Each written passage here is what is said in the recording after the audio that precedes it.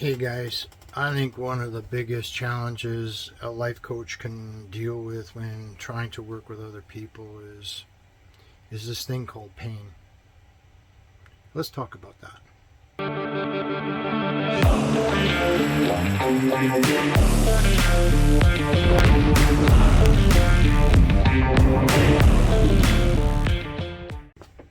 Hey guys, Randy here with The Living Adventure. Hey, thanks a lot for joining me, and I really appreciate you tagging along. Yeah, we're going to talk a little bit about a touchy subject, and that's the one called pain. We know that there's two kinds of pain. There's physical pain and there's emotional pain. Both of these can be medicated to help them go away for a little while, and both of them can be treated if properly attended to. Unfortunately, only one of those tends to get the attention that it actually deserves. The other one tends to let fester and multiply and become almost debilitating. Pain in our bodies, guys, is a way of we're telling us that we need to mend in some way, shape, or form, that we're injured. A broken bone, as an example, can be mended, but is it as strong as it once was? Not likely. Emotional pain, however, once we mend that, then it can become stronger than it ever was, making us in itself stronger. The reality of that new strength is that it helps us avoid any future pain similar to it as we move through life. But if we give that pain the permission to exist within us and just live with it, then what are we really saying? They say that time heals all wounds, but does it really? Emotional pain needs to have much more than just time. There's far more involved with it than that. It needs to have an understanding. When it comes to emotional pain, some people bear so much of it that it should literally stop the heart from beating. The fact that the heart still keeps beating is a problem, in the fact that it in itself creates more pain. Emotional pain can also accumulate. And as it accumulates, we become weaker and weaker to its force, therefore allowing more emotional pain to be added onto us. It's like the straw on the camel's back. You keep adding to it, and eventually, and I can assure you, you will break. The good news about dealing with emotional pain is that you can get help. There can be a rectification to it. And that helps begins when you and you alone decide you're done with it.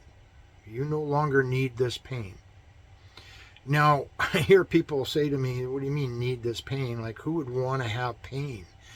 The reality of my experience and dealing with people is there's reasons people hang on to pain. And let me give you a few of those. People hold on to pain because they believe by letting it go, the person or persons they hold responsible for causing that pain is let off the hook, therefore freed from accountability.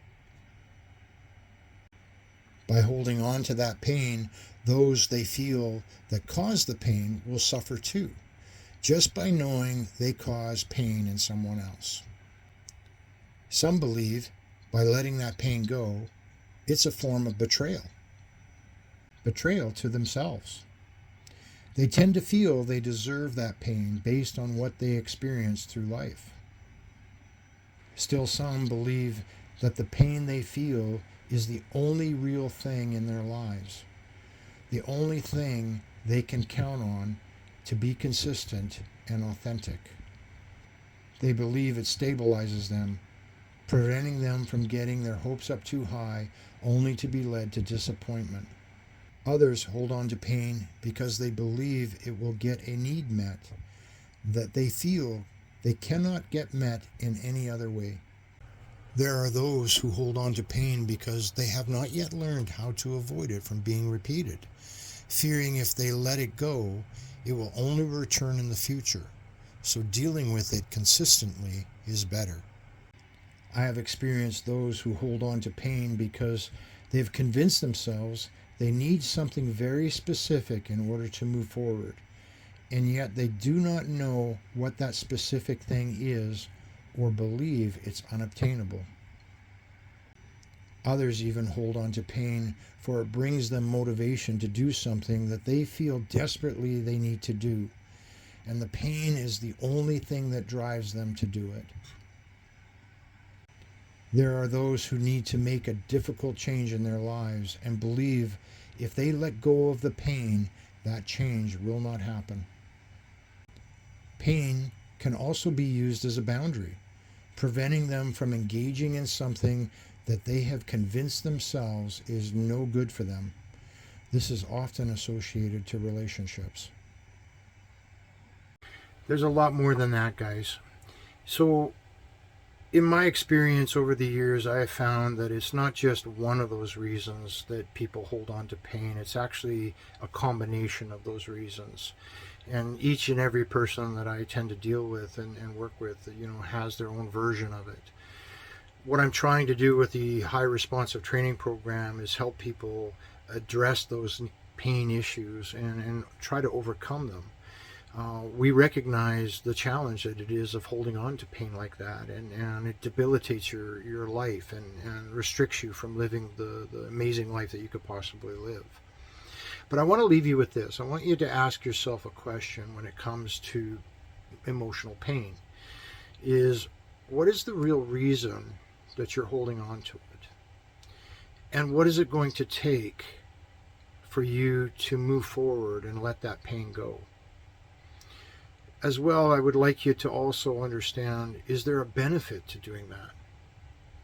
Right?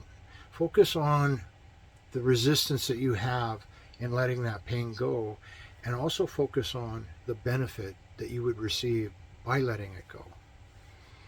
And sometimes, guys, you need a guide to help you do that. Anyway, I hope this one helps, guys. Cheers.